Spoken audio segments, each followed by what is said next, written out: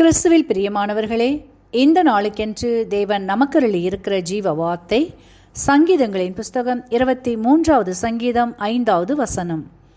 என் சத்துருக்களுக்கு முன்பாக நீர் எனக்கு ஒரு பந்தியை ஆயத்தப்படுத்தி என் தலையை எண்ணெயால் அபிஷேகம் பண்ணுகிறீர். என் பாத்திரம் நிரம்பி வழிகிறது. எனக்கு அருமையான சகோதர சகோதரிகளே, இன்றைய நாளை கர்த்தர் உங்களுக்காய் விசேஷப்படுத்தி வைத்திருக்கின்றார்.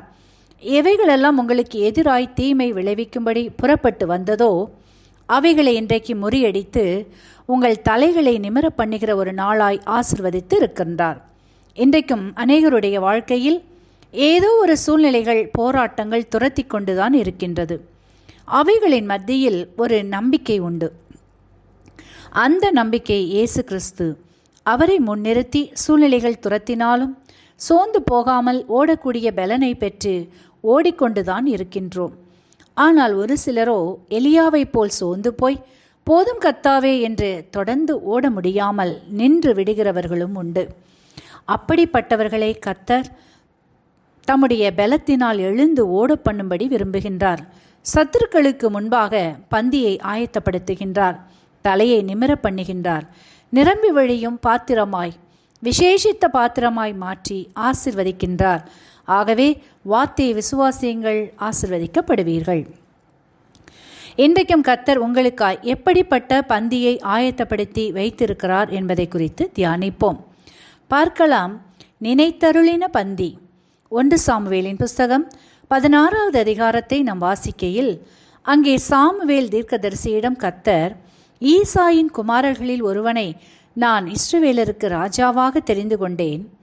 நீ போய் அவனை அபிஷேகம் பண்ணி அழைத்து வா என்று கட்டளை கொடுக்கின்றார். சாமுவேல் தீர்க்கதரிசியும் அப்படியே புறப்பட்டு போய் ஈசாயின் மகன்களை அழைத்து அபிஷேகம் பண்ணும் பொழுதெல்லாம் கர்த்தர், நான் தெரிந்து கொண்டவன் இவன் இல்லை என்று கூறுகின்றார். கடைசியாக ஈசாயிடம் சாமுவேல், உன் பிள்ளைகள் இவ்வளவுதானா என்று கேட்க, அவரோ, இல்லை, இன்னும் ஒருவன் இருக்கிறான், அவன் ஆடு மேய்த்து கொண்டு இருக்கிறான் என்று கூற அவனை அழைப்பித்து அபிஷேகம் பண்ணுகிறார்.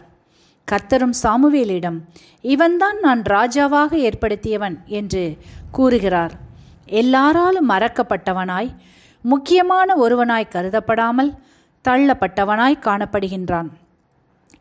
ஆனால் கர்த்தரின் பார்வையோ தாவீதை விசேஷித்தவனாய், இஸ்ரவேலரை ஆளுகை செய்கிறவனாய் பார்த்தது. அனைவராலும் மறக்கடிக்கப்பட்டவனை மகுடம் சூட்டி ஆசிர்வதிக்கின்றார் என்பதை வாசித்து அறிகின்றோம்.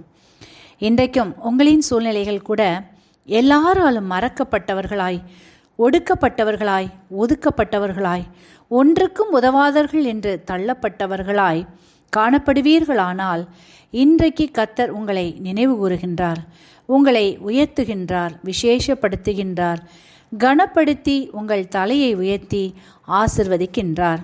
வார்த்தையை விசுவாசியுங்கள், ஆசிர்வதிக்கப்படுவீர்கள்.